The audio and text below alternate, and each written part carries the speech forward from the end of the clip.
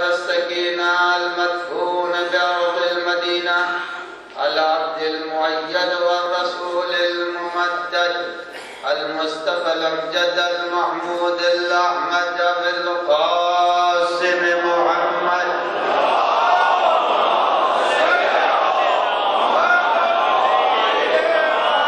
وعلى ابن أمه ووزيره ووصيه وخليفته نور الأنوار حجج الجبار والد الأئمة الأطهار خفيم الجنة والنار المولود في البيت ذي الأستار إمام المشارق والمغارب الذي يحبه فرض على الحاضر والغائب غالب كل غالب علي بن أبي طالب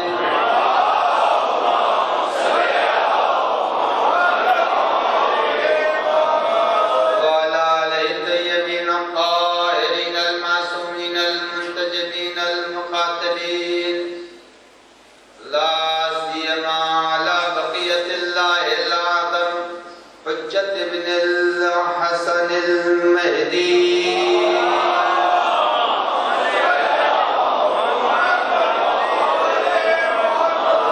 وأرواح العالمين له الفداء واللعنة الدائمة الباقية على أعدائهم أجمعين من يومنا هذا إلى قيام يوم الدين. أما بعد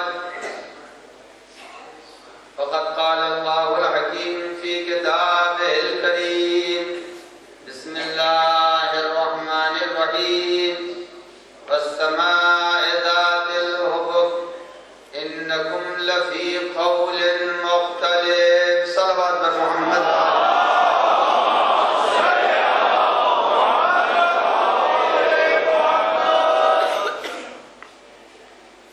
کل کی گفتگو آپ حضرات کے اذہان عالیہ میں محفوظ ہے. میں نے اپنی گفتگو کو آج کے اس وعدے تک پہنچایا تھا کہ اللہ نے جس نبی کو فخر المرسلین بنا کے بھیجا ہے اسے سارے انبیاء پر فضیلت دی ہے. یہ نہیں ہے کہ اللہ نے بلا سبب فخر الانبیاء بنایا، فخر المرسلین بنایا، سید المرسلین بنایا، بلکہ اللہ نے ان کو جو فضیلت دی ہے اس کا ذکر بھی قرآن مجید نے کر دیا ہے کہ سارے انبیاء ایک جیسے نہیں. تلک الرسل فضلنا بعضهم على بعض، ہم نے بعض رسولوں کو بعض رسولوں پر فضیلت بخشی ہے. تو یہ فضیلت اس نے خود دی ہے. جب اس نے دی ہے تو وجہ فضیلت بھی اس نے جا بجا قرآن میں بیان کر دی ہے کہ ہم نے بعض انبیاء کو بعض انبیاء پر فضیلت دی ہے. کچھ وہ انبیاء ہیں جن کو اللہ نے سلسلہ نبوت کی کڑی تو بنایا تھا لیکن ان سے کوئی کار تبلیغ نہیں کیا. قابل چاہیے زمین کے اوپر جائیے اور جانے کے بعد آپ تبلیغ نہ کیجئے مگر آپ نبی ہیں ہمارے اور آپ استغفار کیجئے، عبادتیں کیجئے، آپ کی عبادت ہی ہمارے لیے کافی ہے. تو اللہ نے نبی بنایا مگر کار تبلیغ ان کے ذمہ نہیں کیا. کچھ وہ ہیں جن کو نبی بھی بنایا اور کار تبلیغ بھی ان کے حوالے کیا. اور جب کار تبلیغ بھی ان کے حوالے کیا اسی لیے علماء لغت نے اختلاف کیا. علماء لغت کہتے ہیں کہ نبی کا روٹ کیا ہے، جو اصل ہے کہاں سے نبی بنا ہے. جیسے ہم نبوت بولتے ہیں، انبیاء بولتے ہیں، عربی میں ہر لفظ کی ایک اصل ہے. تو کہا اس کی اصل اور اس کا روٹ، اس کا مادہ کیا ہے. تو بعض علماء لغت کہتے ہیں کہ نبا کے معنی ہوتے ہیں خبر دینے کی. یسالونک عن النبأ العظیم، اے پیغمبر یہ آپ سے ایک بڑی خبر کی اطلاع چاہتے ہیں. تو نبا بعض علماء کہتے ہیں، ارباب لغت کہتے ہیں کہ نبی بنا ہے نبا سے، اور نبا کہتے ہیں خبر دینے والے. اس لیے چونکہ نبی اپنی امت کو الہی پیغام کی خبر دیتا تھا لہذا اللہ نے اس کو نبی کہا. اور بات کہتے ہیں نہیں یہ نبا سے نہیں ہے نبوا سے. نبوا کے معنی ہوتے ہیں بلندی کے. جیسے پہاڑ وہ بلند ہے تو نبوا چونکہ وہ انسانوں میں سب سے بلند ہے لہذا اللہ نے ان کو نبی کہا ہے. مگر ان کا روح الگ ہے ان کا روح الگ ہے ان کا مادہ الگ ہے ان کا مادہ الگ ہے. دونوں عربی اعتبار سے نبی کہے جائیں گے مگر کچھ وہ ہیں جن کا اصل نبا ہے اور کچھ وہ ہے جن کی اصل نبوا ہے. تو بہرحال اللہ نے ایک جیسے نبی نہیں بنائے ہیں. انبیاء کو اللہ نے مختلف مرتبوں پر فائز کیا ہے. قرآن مجید میں سندھی کا تذکرہ ہے. 1,24,000 انبیاء کا تذکرہ تاریخ میں بھی نہیں ہے کہیں نہیں. 1,24,000 انبیاء کا تذکرہ کہیں نہیں ہے. بس 53-54 تاریخ سے مل جاتے ہیں. قرآن میں تو 53-54 بھی نہیں ہے. 53-54 تاریخ کے اندر مل رہے ہیں قرآن کے اندر. تو اس سے بھی کم ہے تعداد انبیاء. جب تعداد انبیاء اس سے کم ہے تو اب آئیے ہم یہ دیکھیں کہ پروردگار عالم نے انبیاء کرام کو جن کو اللہ نے آخر میں سب سے بھیجا ہے آخر وہ ہے جناب عیسیٰ علیہ السلام جو سلسلے انبیاء میں سب سے بعد میں آئے ہیں. اور کوئی بہت زیادہ 2-4-6 ہزار سال نہیں بلکہ 2012 چل رہا ہے. 2012 چل رہا ہے. 100-200 سال اور جوڑ لیے بیچارے کی کوئی عمر بھی زیادہ نہیں تھی. تو یعنی ٹوٹل اگر آپ شمار کریں گے 2,500 کے اندر ہے. بس زمانے عیسیٰ اس سے زیادہ کا تو نہیں ہے. جناب عیسیٰ کا ذکر جب قرآن مجید کرتا ہے تو قرآن مجید جناب عیسیٰ کے لیے کہہ رہا ہے. یاد رکھیے گا جناب عیسیٰ کے لیے قرآن مجید کہہ رہا ہے قال عیسیٰ ابن مریم. فرزند مریم نے کہا یا بنی اسرائیل انی رسول اللہ علیکم. اے بنی اسرائیل یاد رکھو میں تمہاری طرف رسول بنا کر بھیجا گیا ہوں. صاف و صریح قرآن کہہ رہا ہے کہ نبوت عیسیٰ ساری دنیا کے لیے نہیں تھی اور نبوت عیسیٰ ہمیشہ کے لیے نہیں تھی بلکہ بنی اسرائیل کے لیے فقط نبوت عیسیٰ تھی. اے بنی اسرائیل کی جتنی تعداد آج سے 2,500 سال پہلے سوچی جائے بس اتنے کے لیے قال عیسیٰ ابن مریم یا بنی اسرائیل انی رسول اللہ علیکم میں تمہاری طرف رسول بنا کے بھیجا گیا ہوں. تو اب جناب عیسیٰ کتنوں کے لیے ہے؟ بنی اسرائیل سے زیادہ کی رسالت ان کی نہیں ہے. بڑی محدود رسالت کے مالک بن کے جناب عیسیٰ کو اللہ نے زمین کے اوپر بھیجا ہے. اس سے زیادہ جناب عیسیٰ کی رسالت نہیں ہے بس.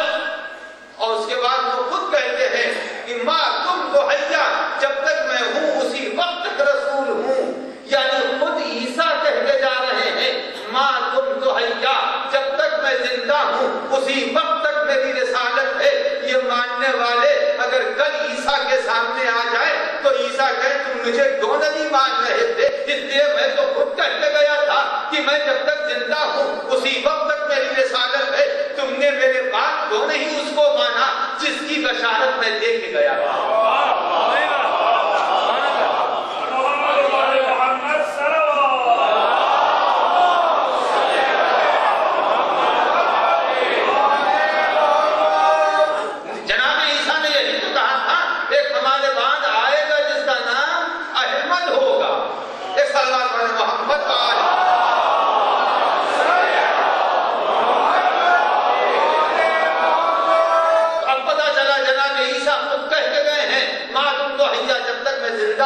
اسی وقت تک میری رسالت رہے گی اس کے بعد میری رسالت ختم ہو جائے گی.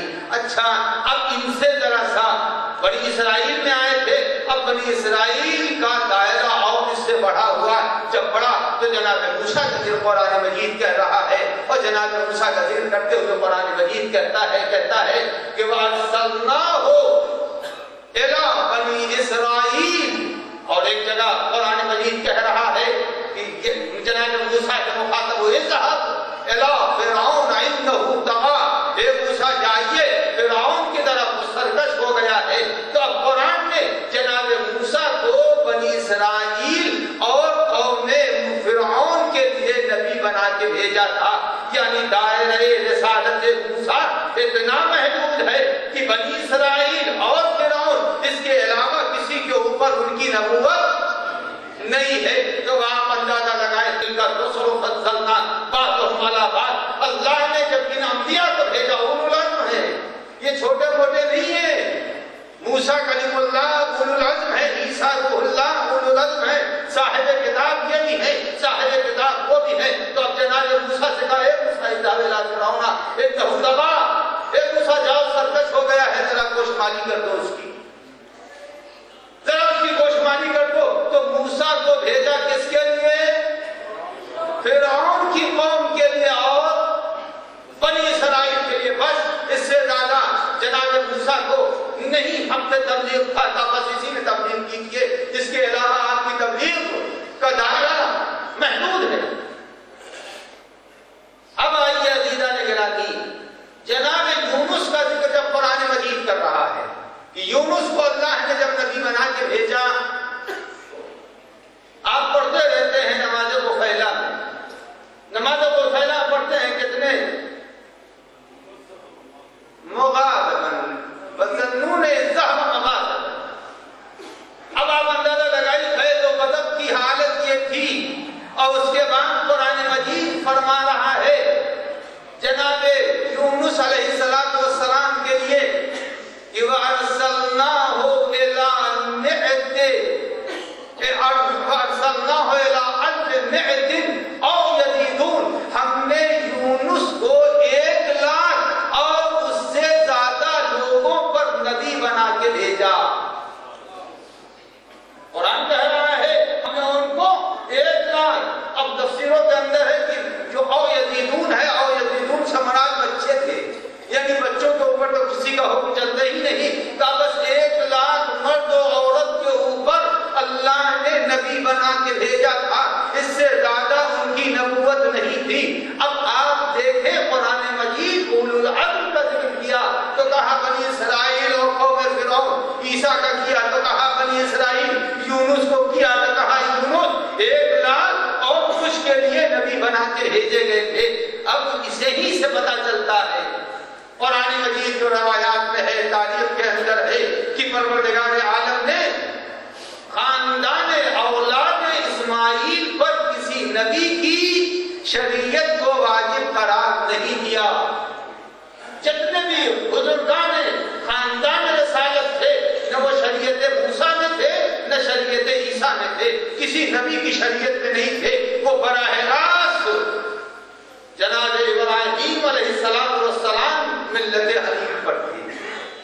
ملت حنیف کے اوپر جناب اسماعیل کی اولاد چل رہی تھی، وہ کسی نبی کی تابع نہیں تھی۔ اب آپ غور کریں وجہ کیا ہے؟ اللہ نے ان انبیاء کو محدود دائرے کے لیے نبی بنا کے بھیجا۔ کوئی 1,00,000 کا 1,00,000 کے لیے ہے، کوئی ایک قوم ایک قبیلے کے لیے ہے، بس بنی اسرائیل کے اندر، اور کسی کے لیے کہہ دیا کہ جاؤ اور فرعون اور اس کی قوم کے لیے تم کو میں نے نبی بنا کے بھیج دیا ہے۔ اب عزیزان گرامی یہ اندازہ لگائیں، یہ رسول وہ افراد ہیں جن کا ذکر قرآن مجید کر رہا ہے۔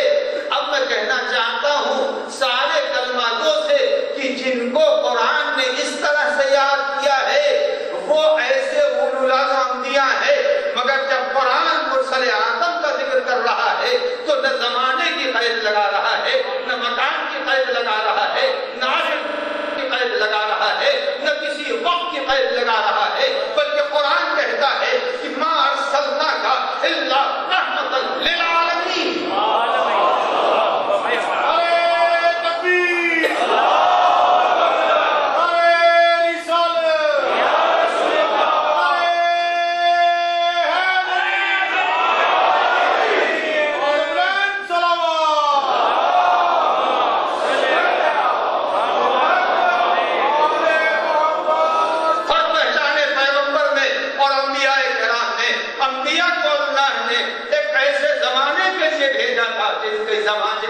جن کی مدت جن کا زمانہ محدود تھا، لیکن مرسل اعظم کے لیے کہا نذیر للعالمین، اے میرے پیغمبر آپ عالمین کے لیے نذیر بنا کے بھیجے گئے ہیں۔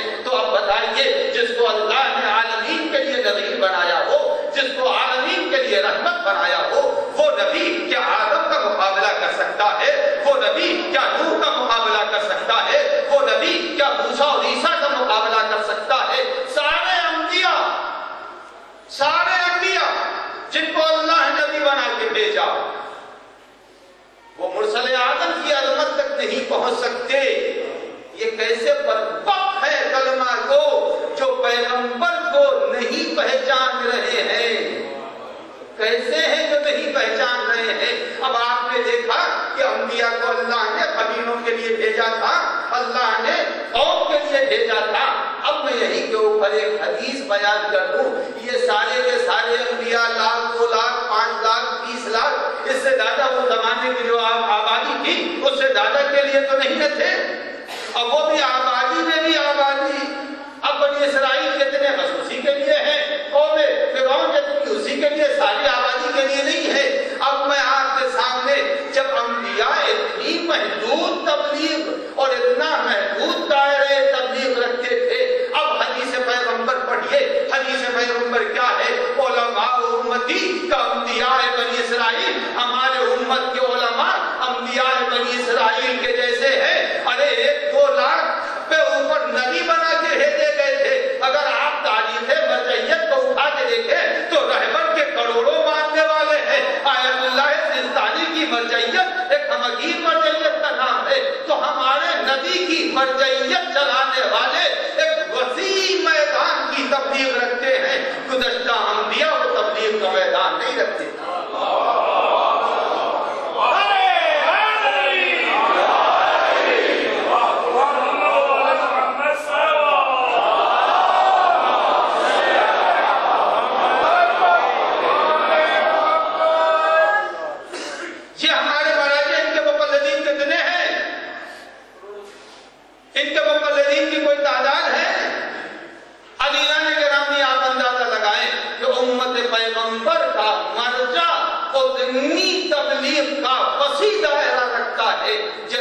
گزشتہ انبیاء نہیں رکھتے.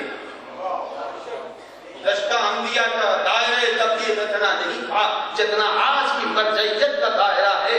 کیوں اتنا دائرہ محدود تھا؟ اور کیوں؟ اس لیے کہ یہ رحمت للعالمین کی چوکھٹ پر ہے. لہذا جو رحمت للعالمین کی چوکھٹ پر ہوگا وہ محدود تھے تو دائرہ تبلیغ بھی محدود تھا.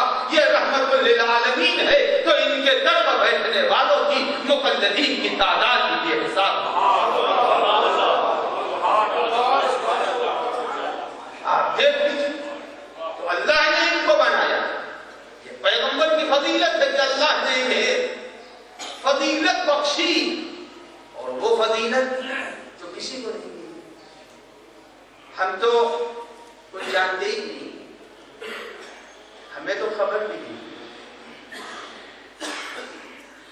بہت سے اس میں ہوں گے, ہمیں چھوڑ دیجیے, ہم تو حقیقتاً نہیں جانتے, مگر اس میں بہت سے ایسے ہوں گے جنہوں نے پورا لاہور بھی نہیں دیکھا ہوگا. ہوں گے پورا لاہور بھی نہیں دیکھا ہوگا. آپ اندازہ لگائیں, ہم تو ایک جو لاہور بھی نہ دیکھے اور وہ کہے کہ نبی ہمارے جیسا ہے. کیا یہ انصاف ہے؟ جو ایک شہر کی خبر نہ رکھتا ہو وہ کہہ رہا ہے نبی ہمارے جیسا ہے. اب عزیزان گرامی, اس سے زیادہ قیاس کیا ہوگا؟ نبی کا قیاس اپنے اوپر ہو رہا ہے کہ نبی ہمارے جیسا ہے. یہ یاد رکھیے گا, یہ قیاس بھی ویسا ہی قیاس ہے جیسا قیاس روز اول تخلیق نبوت کے وقت ہوا تھا. اللہ نے پیغمبر کو پیدا کر دیا. امام جعفر صادق علیہ السلام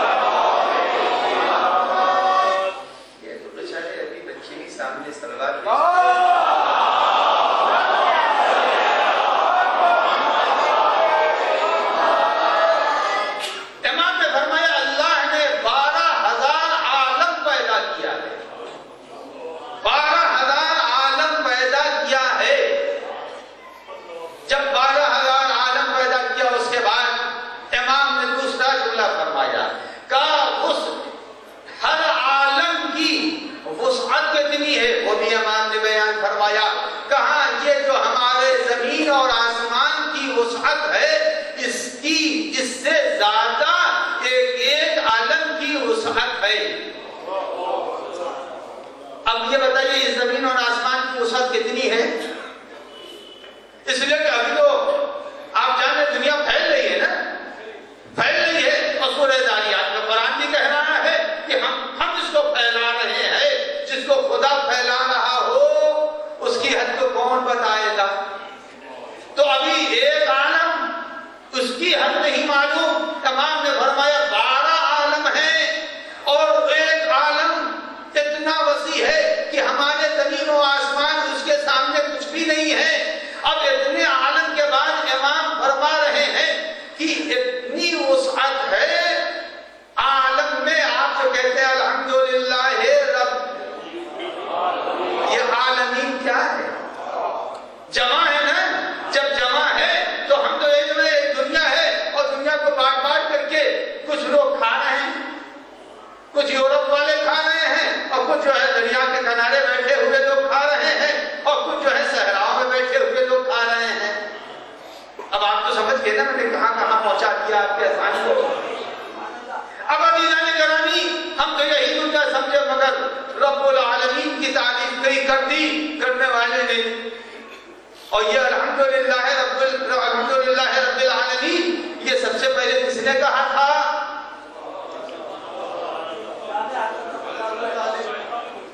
سب سے پہلے کس نے کہا تھا الحمدللہ رب العالمین؟ عزیزان گرامی یاد رکھیے گا، سب سے پہلے الحمدللہ رب العالمین سے اپنا خطبہ جو شروع کیا ہے وہ حضرت آدم میں جب روح ڈالی گئی، اٹھ کے بیٹھے ہیں اور انہوں نے پورا خطبہ پڑھا ہے، اس کی ابتدا کی الحمدللہ رب العالمین سے۔ اور جب الحمدللہ سنت ہے انسانیت کی، جب کوئی خطبہ شروع کرے گا تو آدم کی سیرت کے اوپر چلے گا۔ الحمدللہ رب العالمین یہ خطبہ آج جناب آدم نے شروع کیا۔ اگر اہل بیت نہ ہوتے آدم نے کیا پڑھا تھا ہمیں کیا معلوم؟ ہمیں کیا معلوم تھا آدم نے کیا پڑھا تھا؟ اگر نوح نے کیا خطبہ دیا مجھے کیا معلوم؟ مگر یہ اہل بیت تھے جنہوں نے بتایا کہ جب روح پیغمبر آدم میں ڈالی گئی تو انہوں نے خطبہ پڑھا جو پیغمبر آدم کو بنتے دیکھ رہا تھا، وہ ہے وصی نبی۔ سلامات پڑھنے محمد والے۔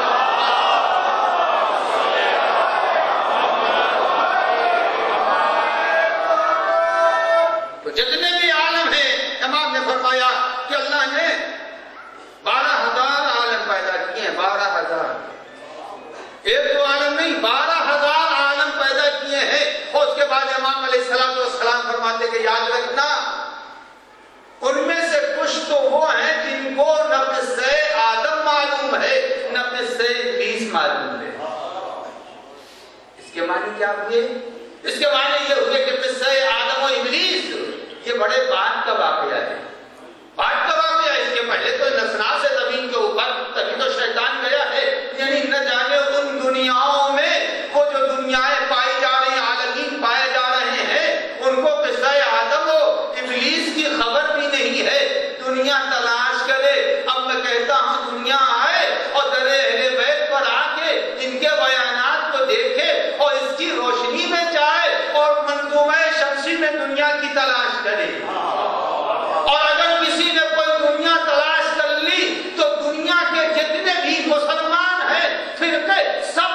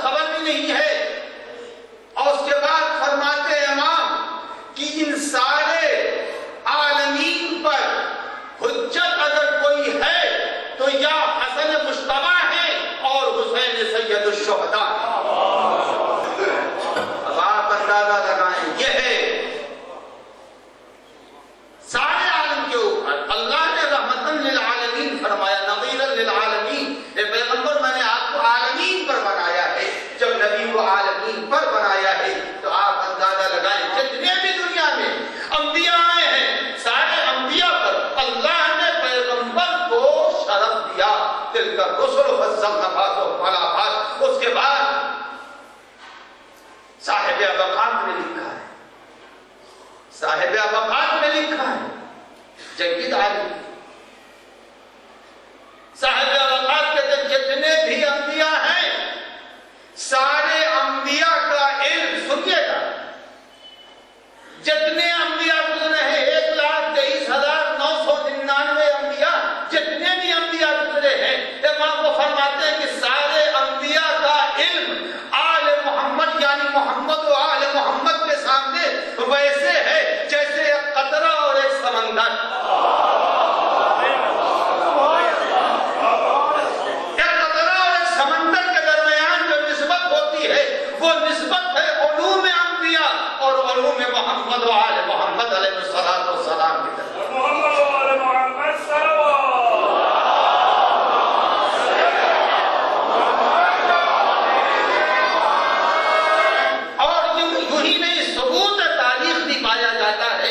علوم انبیاء کیا ہے اور علم آل محمد کیا ہے، علم آل محمد کیا، دونوں کے ثبوت بھی پایا جاتا ہے. تاریخوں کے اندر ہے جب سوال کیا گیا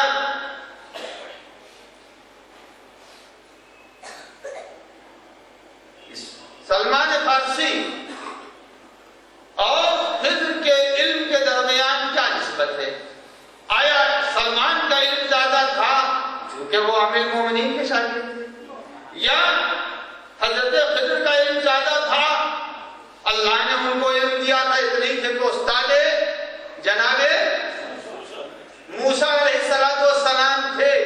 اب آپ اندازہ لگائیے جہاں کے اوپر یہ ذکر ہے کہ خضر کا علم زیادہ تھا، کیا سلیمان جناب سلمان علیہ السلام کا علم زیادہ تھا؟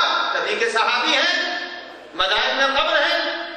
اب عزیزو یہ یاد رکھیے گا جہاں یہ بحث ہے کہ دونوں میں سلمان فارسی کا علم زیادہ تھا یا جناب خضر کا علم زیادہ ہے، وہاں ایک دن وہاں کے اوپر ایک واقعہ لکھا ہے، اور واقعہ یہ ہے کہ نبی اکرم مدینے میں بیٹھے اور اصحاب بے وفا کا جھرمٹ ہے. صحیح بولا ہونا، اصحاب بے وفا کا جھرمٹ ہے، اور جب اصحاب بے وفا کا جھرمٹ ہے اس جھرمٹ میں جناب پیغمبر اکرم صلی اللہ علیہ وآلہ وسلم بیٹھے ہیں.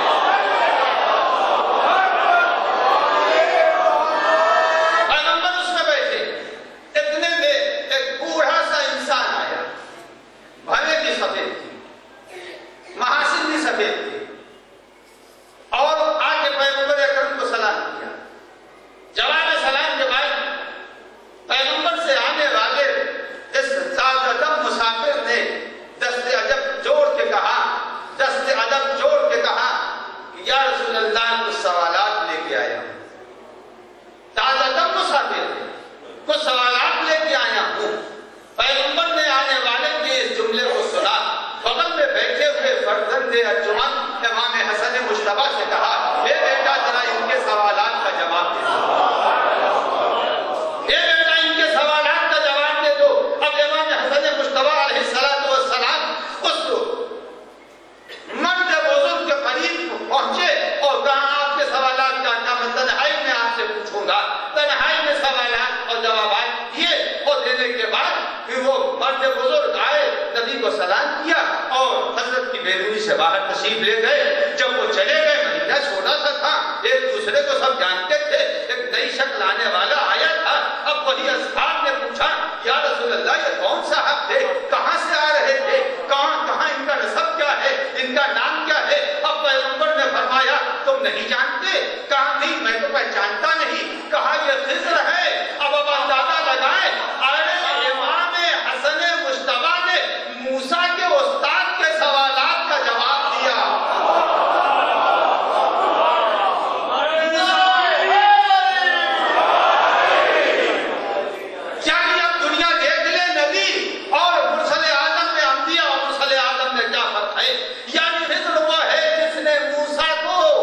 یہ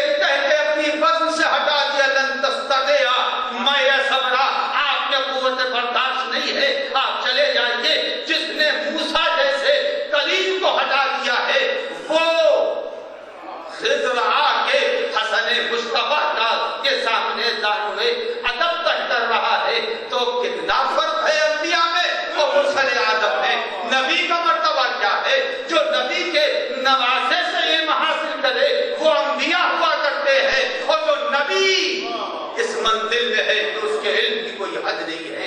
صلوات پڑھ دے محمد.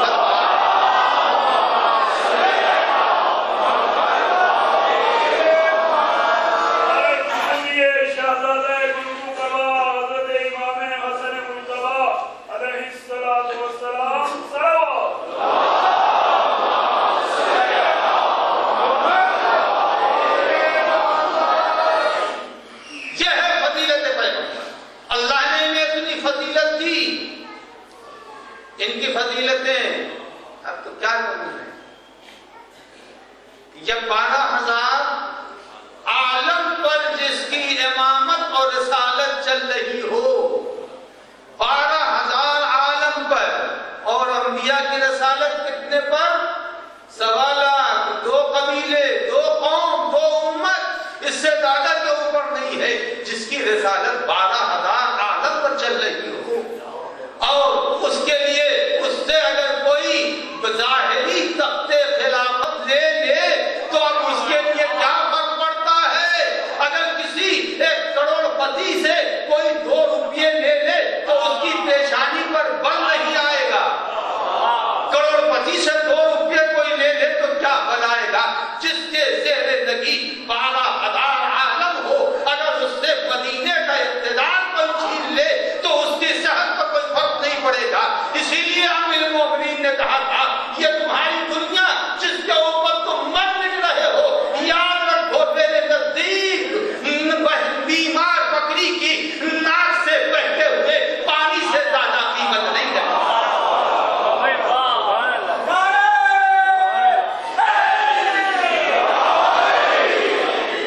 تم مر جاؤ اس دنیا پر مر مٹو، مگر ہمارے نزدیک نشملانہ میں ایک جگہ تو ایسا جملہ حضرت نے فرما دیا یہ تم دنیا کے اوپر مر رہے ہو، آؤ جنہوں نے دنیا علی سے حکومت لی تھی لے لے حکومت. حکومت کے لے لینے سے کوئی بہت بڑا حاکم نہیں بنتا.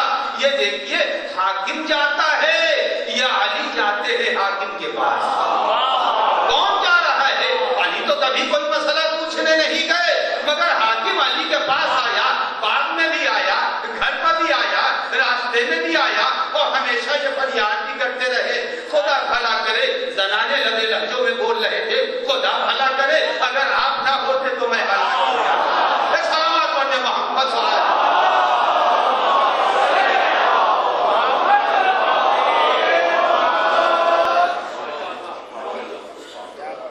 یہ ہے اہل بیت اور یہ ہے محمد و آل محمد. یہ وسیع ہیں، یہ ان کے وسیع ہیں. جس وقت صاحب برہان لکھتے ہیں کہ سلمان کی مقدار کہہ رہے سلمان اور مقدار ابو ذر اور امام حسن و امام حسین کتنے ہوئے؟ 5 آدمی تھے بیٹھے ہیں، اور زمانہ ہے 12 ہجری کے بعد. 12 ہجری کے بعد کا زمانہ ہے. اب آپ سمجھ گئے ہوں گے بھائی، 12 ہجری کے بعد کا زمانہ ہے جب 5 بیٹھے ہوئے ہیں. گفتگو چھڑی. جب گفتگو چھڑی تو امام سے سوال کرنے والے نے سوال کیا کہ مولا یہ بتائیے کہ جناب سلیمان نبی تھے اور ان کو اللہ نے ساری دنیا پر حکومت دے دی تھی، ساری دنیا پر اللہ نے ان کو حکومت دے دی تھی، اور جناب سلیمان نے کہا میرے بعد پھر کسی کو نہ ملے، میرے بعد کسی کو نہ ملے. تو ٹھیک ہے جناب، ان کے بعد کسی نبی کو نہیں ملی، مگر وہ اپنی ہی سمت تک رہ گئے تھے، پیغمبر تک وہ بات نہیں پہنچ سکتی تھی. اس لیے کہ جس کے قبضہ قدرت میں 12,000 عالم ہو. اب جب گفتگو ہو رہی تھی تو بیٹھے ہوئے یہ اصحاب بھی ہیں اور فرزندان دل پذیر بھی ہیں، امام حسن امام حسین بھی ہیں. جب امام سے پوچھا کہ آپ کے قبضہ قدرت میں کیا ہے؟ آپ کے قبضہ قدرت میں سلیمان کے پاس تو اتنا بڑا ملک تھا، آپ کے قبضہ قدرت میں کیا ہے؟ تو اب راوی کہتا ہے یہی تو 5 تھے، کوئی باہر تو تھا نہیں، سب اپنے ہی تھے. امام نے کچھ پڑھا، امام نے کچھ پڑھا. اب مگر وہ کس لب و لہجے میں پڑھا وہ نہیں کسی نے بتایا، روایت نہیں کہتی ہے کس لب و لہجے میں پڑھا، امام نے پڑھا اور پڑھنے کے بعد اپنے سر مبارک کو بلند کیا. جب امام نے سر کو بلند کیا دیکھا ایک ابر کا ٹکڑا جا رہا ہے، اشارہ کیا وہ زمین پر آیا، ابر کا ٹکڑا زمین پر آیا اور امام اس ابر کے ٹکڑے پر خود فروکش ہوئے. اس کے بعد وہ اپنے تمام بیٹھنے والوں کو ساتھ لیا، کپتان کو لیا، سلمان کو لیا، ابوذر کو لیا اور اس کے بعد اپنے نور نظر کو لیا اور لینے کے بعد امام نے اشارہ کیا. اب روایت کہتی ہے ایک دوسرا ابر کا ٹکڑا آیا، ایک دوسرا ابر کا ٹکڑا آیا اور آنے کے بعد اس ٹکڑے کے درمیان نہیں آیا بلکہ فاصلے سے وہ جڑ گیا اور چلنے لگا اور دونوں کے درمیان ہوا کا دباؤ پڑ رہا تھا. میں کہتا ہوں دنیا آ کے دیکھے، آج دنیا دیکھے، اہل بیت وہ ہیں جنہوں نے اپنی ترقیوں کو ابر سے ثابت کر دیا ہے. اگر دنیا ترقی کرے گی بھی تو ابھی ابر تک رسائی نہیں ہے.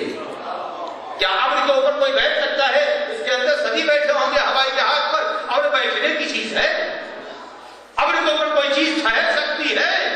مگر امام نے ابر کے اوپر قدم رکھا، چلتے رہے چلتے رہے چلتے رہے اور اس کے بعد جب امام پہنچے ہیں اب کسی نے پوچھا امام سے کہ مولا یہ بتائیے، میں نے آپ کے اقتدار کی حد کو دیکھ لی، قدرت کو دیکھ لی کہ سلیمان کو جو ملک ملا تھا یقیناً آپ اس سے بہتر ہیں. اس کے بعد انہی میں سے کسی نے پوچھا یہ بتائیے سلیمان کو تو ایک انگوٹھی کے ذریعے یہ ساری دنیا پر حکومت ہوئی تھی اور ایک انگوٹھی کے ذریعے وہ ساری دنیا پر حکومت کر رہے تھے.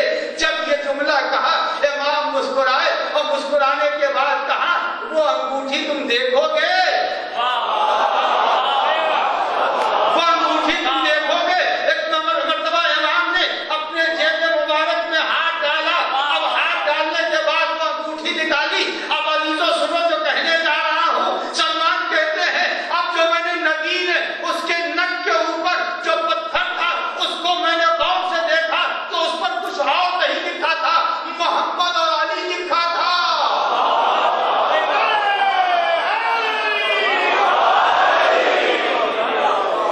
اندازہ لگائیں جس کے نام سے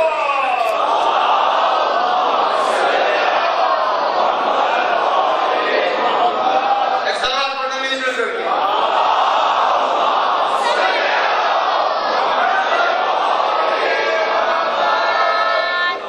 ایک اس سے بہتر سلوات باہر والے بھی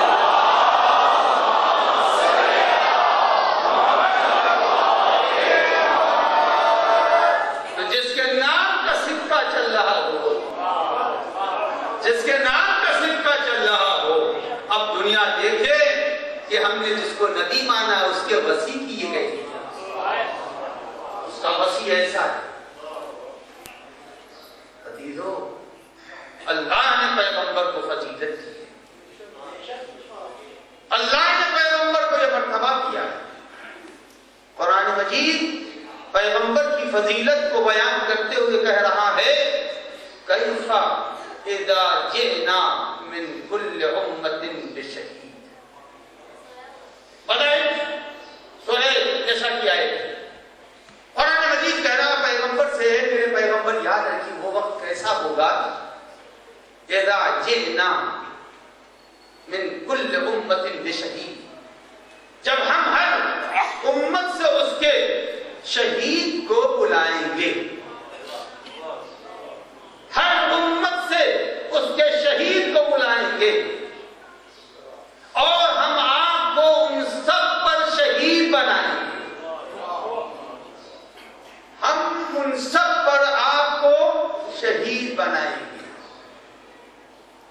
ذرا مشکل تو ہے بچوں کے لیے، بڑے تو ماشاءاللہ سب سنتے رہتے ہیں اور پڑھتے بھی رہتے ہیں. ایک مشکل چیز آپ کی خدمت میں پیش کروں. ایک سلوات بھیج دیں محمد والی.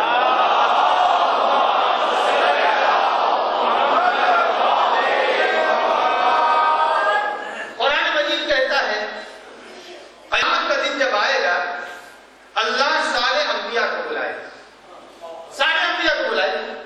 اور جب سارے انبیاء کو بلائے گا تو انبیاء سے کہے گا یہ بتائیے آپ نے تبلیغ کر دی، گئے تھے کہیں ایسا تو نہیں ہے کہ بھائی لاہور میں تو کوئی آیا ہوگا نا بھائی کہ نہیں آیا ہوگا؟ ایسا تو نہیں ہے کہ آپ مچھلی کھاتے رہ گئے، تبلیغ اپنی کی یا نہیں کی؟ تو سارے انبیاء کہیں گے کہ یا اللہ تو تو علیم ہے، خبیر ہے، حکیم ہے، جانتا ہے، سب کچھ تو جانتا ہے، اے پالنے والے میں نے تیرے ایک ایک حکم کو اپنی امت تک پہنچا۔ جب یہ بات ہوگی سب امت تک پہنچا دیا تو سب انبیاء کی امتیں یہ کہیں گی کہ ہم تک کوئی حکم نہیں پہنچایا گیا۔ فضیلت پیغمبر پہچان، ہم تک کوئی حکم نہیں پہنچایا گیا ہے۔ جب یہ انبیاء سے ان کی امتیں کہیں گی، انکار کر جائیں گی کہ ہم تک کوئی ان لوگوں نے حکم نہیں پہنچایا، تو یہ سارے کے سارے انبیاء دوڑتے ہوئے آئیں گے بارگاہ رسالت میں،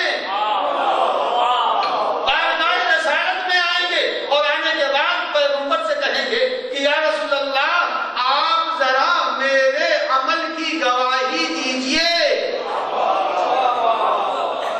آپ میرے عمل کی گواہی دیجئے۔ بس یہیں کے اوپر جو میں کہنا چاہ رہا تھا، یاد رکھیے گا دو لفظ قرآن میں ہیں، ایک لفظ شاہد ہے اور ایک لفظ شہید ہے۔ لفظ شاہد اور لفظ شہید دو الگ الگ معنی میں بولے جاتے ہیں، یہ ایک معنی میں نہیں۔ پیغمبر شہید بھی ہے، شاہد بھی ہے۔ اب دونوں میں فرق کیا ہے؟ شاہد اور شہید میں فرق کیا ہے؟ شہید کی جمع شہداء ہے اور شاہد کی جمع شہود ہے۔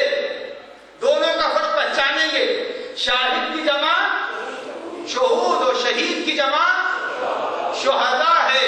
اب عزیزان گرامی اسی لیے قرآن مجید اب شاہد اور شہید کے درمیان کا فرق، اور اس کے بعد میں اپنی بات کو سمیٹ کے آپ کی دہشت کو تمام کروں۔ شاہد اور شہید کا فرق یہ ہے، شاہد اس کو کہتے ہیں، اور سے سنیے گا، شاہد اس کو کہتے ہیں جو کسی واقعے سے باخبر ہو یا خود آنکھوں سے اس واقعے کو دیکھا ہو یا اس کو اس واقعے کی خبر کسی طرح سے ہو گئی ہو۔ کراچی میں بم بلاسٹ ہوا ہے، ہم نے اس کو آنکھوں سے نہیں دیکھا مگر ہمیں اس کی خبر ہے، اس کو کہتے ہیں عربی میں شاہد۔ اسی لیے قرآن مجید برادران یوسف کا جب ذکر کر رہا ہے، ما شہدنا الا ما علمنا، ہم اتنا ہی گواہی دے سکتے ہیں جتنا جانتے ہیں۔ تو شاہد کے لیے اتنا ہے کہ یہ خود دیکھ لے آنکھوں سے یا اس کو ادھر ادھر سے معقول ذرائع سے جو خبر مل جائے، یعنی شاہد کہتے ہیں کسی واقعے کے واقف کو۔ کیا کہتے ہیں؟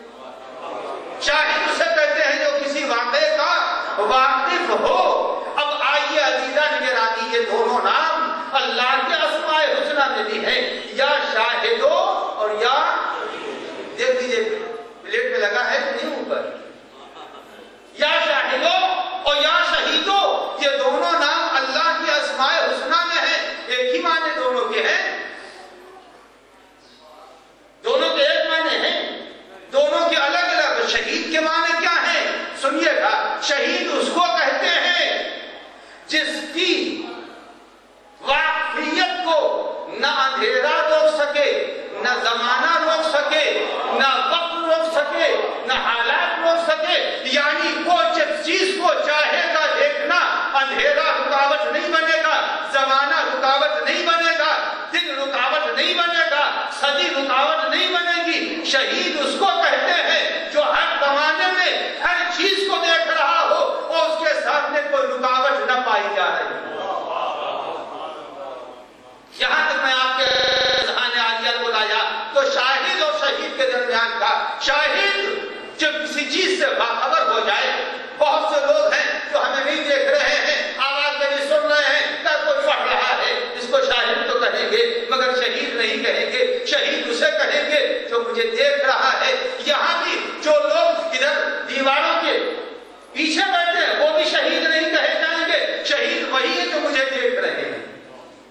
اب عزیزان گرامی، شاہد اور شہید کا جب فرق ہے، جب تک کہ شہید کے لیے ایک آیت ہے، اگر کسی نے زنا کا ارتکاب نعوذ باللہ کیا ہو تو قرآن مجید کہتا ہے بِأَرْبَعَةِ شُهَدَاء، 4 گواہ لے کے آؤ۔ جب تک یہ قرآن میں آیت رہے گی خدا کی ستاریت کے اوپر ایک بہترین دلیل فراہم ہے۔ قرآن کیا کہہ رہا ہے؟ بِأَرْبَعَةِ شُهَدَاء، اگر کسی نے زنا کا ارتکاب نعوذ باللہ کیا ہے تو وہ 4 شاہد لے کے آئے، 4 شاہد عادل لے کے آئے۔ کیا خدا کی ستاریت ہے؟ گویا خدا نہیں چاہتا ہے کہ زمین پر زنا ثابت ہو، خدا زمین کے اوپر زنا کو ثابت کرنا نہیں چاہتا ہے۔ یاد رکھو میرے عزیزو، جو کسی کو بدنام کرتے ہیں وہ ہوشیار ہو جائیں۔ اللہ نہیں چاہتا کہ زمین پر زنا کو ثابت کرے، اس لیے کہ اگر اللہ کو زنا ثابت کرانا ہوتا تو یہ نہ کہتا بِأَرْبَعَةِ شُهَدَاء، اس لیے کہ 4 عادل گواہ لاؤ۔ اور ایسی حالت میں جس نے دیکھا ہو، اب قرآن نے کیا کہہ دیا بِأَرْبَعَةِ شُهَدَاء، اگر عادل ہوگا تو منظر دیکھے گا نہیں،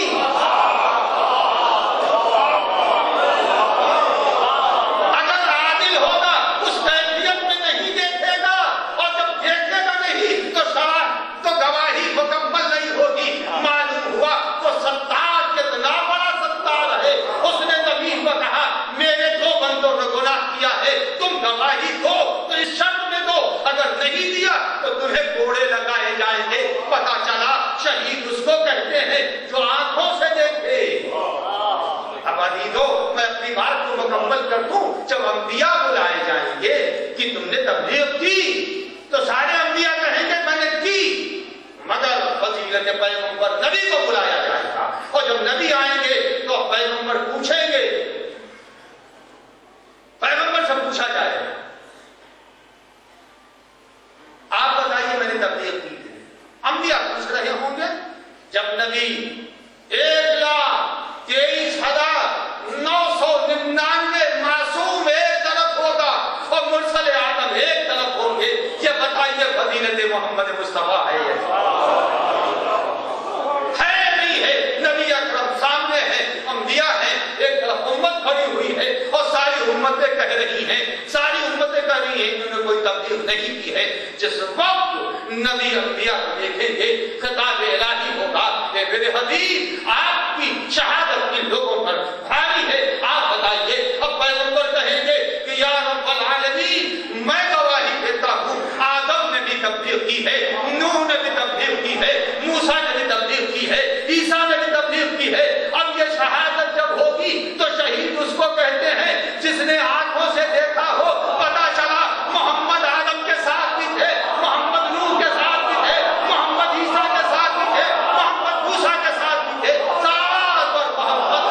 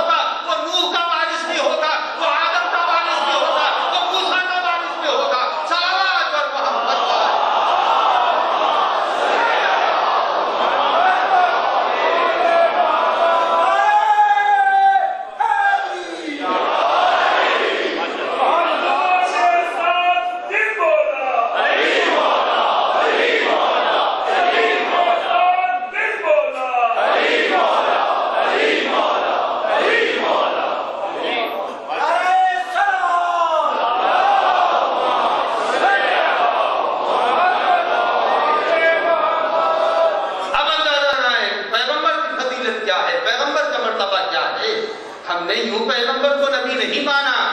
اب کوئی کہے کہ تم نے بڑھا دیا. ابھی ہم نے بڑھایا, ابھی تو پہنچے ہی نہیں ہے, ابھی تو در رسول تک پہنچے ہی نہیں, ابھی تو میں باب علم تک پہنچا. انا مدینۃ العلم وعلی بابها. میں تو ابھی حقیقت علم علی نہیں سمجھ سکا, حقیقت علم رسالت کا سمجھوں گا. میں مرتبہ علی نہیں پہچان سکا, مرتبہ پیغمبر کیا پہچانوں گا. تو تم جب ہم بولے تو تم نے کہا بڑھا دیا, اب ہم نے کہا نبی ایسا ہے, اب بولیے کہ بڑھا دیا, اب بولیے کہ میں نے بڑھا دیا. اب تو قرآن کا انکار ہوگا, اللہ کا یہ نبی, اچھا نبی نے شہادت دی, اب پیغمبر کی شہادت, اب جتنے آئے تھے سب دم بخود, کسی نے نہیں کہا کہ انہوں نے تبلیغ نہیں کی ہے. اب روایت کہتی ہے کسی اتنے بڑے مجمع میں یہ جرات کیوں نہ ہوئی, کیوں نہ جرات ہوئی. اس کی وجہ یہ بیان کی ہے, روایت کہتی ہے اگر آج مجمع نبی کی گواہی کو تکذیب کر دیتا تو زبان بند ہو جاتی, اعضاء و جوارے گواہی دینے لگتے. یہی سورہ یاسین میں ہے, الیوم نختم, ہم آج مہر لگا دیں گے, زبانیں چپ ہو جائیں گی, آگا بولنے لگیں گے. ایک صلوات پڑھنے محمد.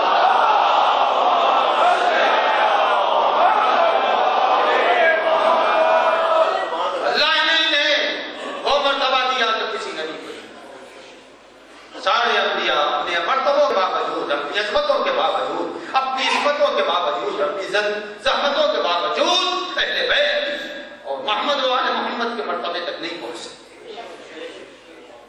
اور اسی لیے ان کی خدمات کی تصدیق کس نے کی؟ پیغمبر نے کی. ان کی زحمتوں کی تبلیغ تائید پیغمبر نے کی. اسی لیے جو ان کا نواسا ہے وہی وارث ہے, وہی آدم کا بھی وارث ہے, وہی نوح کا بھی وارث ہے, وہی موسیٰ و عیسیٰ کا بھی وارث ہے. آج اسی وارث حسین کے فرزند کا مرثیہ پہلے آپ نے سنا, اسی فرزند حسین کا مرثیہ آپ نے سنا.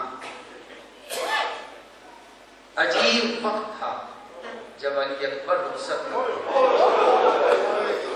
عجیب وقت تھا جب یہ فرزند رسول سے جدا ہوا. میں نے 2-3 موقع پر امام حسین کی بے قراری کی. واقعی کربلا میں 2-3 موقع بڑا دردناک ہے, جس کی سرکار سید بہت بے قرار ہوئے.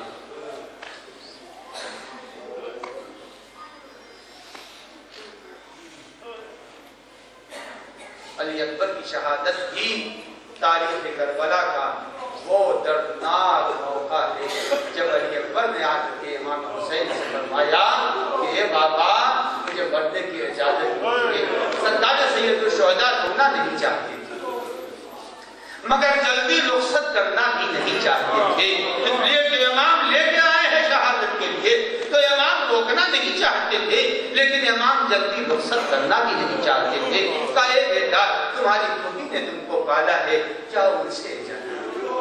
جس وقت یہ جملہ کہا جاؤ ان سے اجازت لے لو, امام حسین کے بیان کے بعد جناب علی اکبر بیت الشرف میں آئے, خیمے کے اندر پہنچے, اور خیمے کے اندر پہنچنے کے بعد امام کی اس نور نظر نے پھوپھی سے کہا اے پھوپھی اماں میں مرنے جا رہا ہوں, مجھے اجازت دے دیجئے. جناب زینب نے درد بھرا جملہ کہا اے بیٹا میں نے تمہیں اسی لیے پالا تھا کہ میں تمہاری کڑیت جوان زندگی کو خاک میں ملتے ہوئے.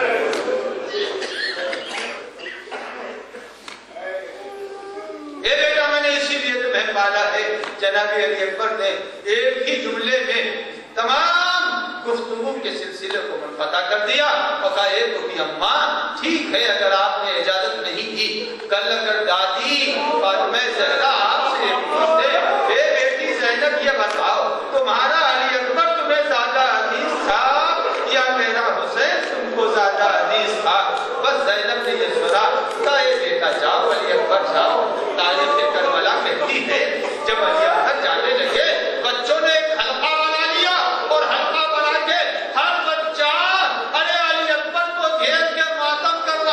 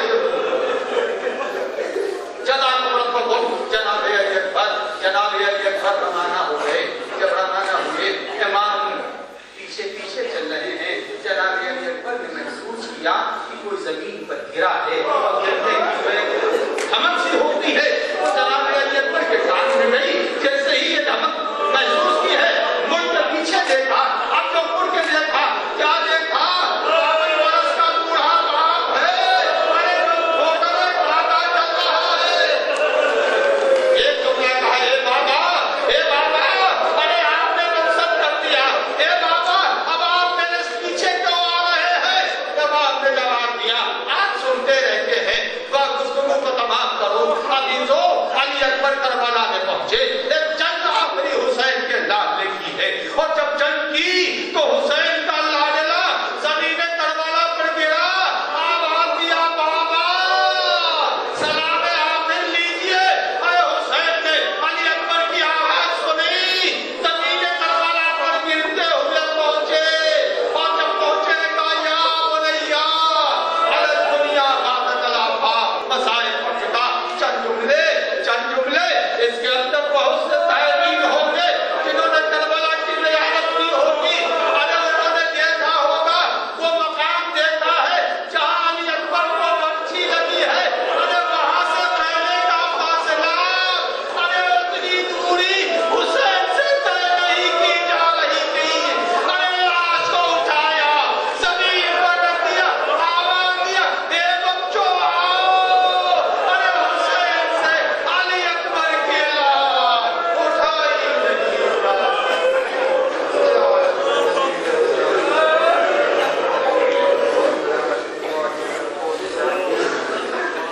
یا اللہ یا اللہ یا اللہ یا اللہ یا اللہ یا اللہ الہی بحق عظمتک و جلالک و کبریائک و حق ائمتک خدا یا اللہ واسطہ قلب امام کو راضی و خوشنود فرما، ظہور امام میں تعجیل فرما.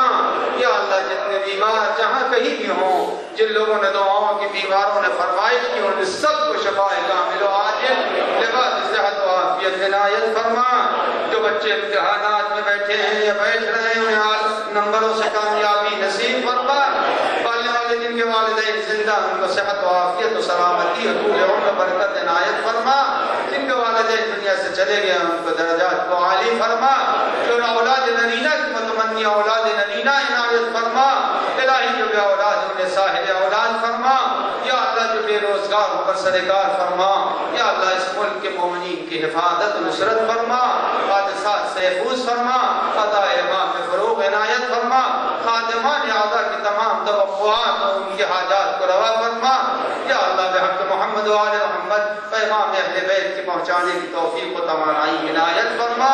یا اللہ شب اول قبر ہم سب کو اہل بیت کی زیارت و شفاعت نصیب فرما. الہی واسطہ اس لیے ہم سب کو دعا امام زمان میں شامل فرما.